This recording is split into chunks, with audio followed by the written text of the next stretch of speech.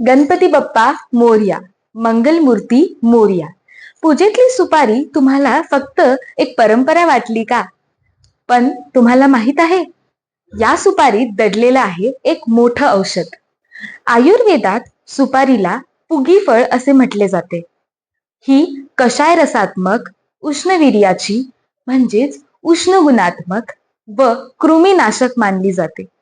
दात मजबूत ठेवण्यासाठी, तोंडाची स्वच्छता राखण्यासाठी आणि जंतुनाशक म्हणून सुपारीचा प्राचीन काळापासून उपयोग केला जातो.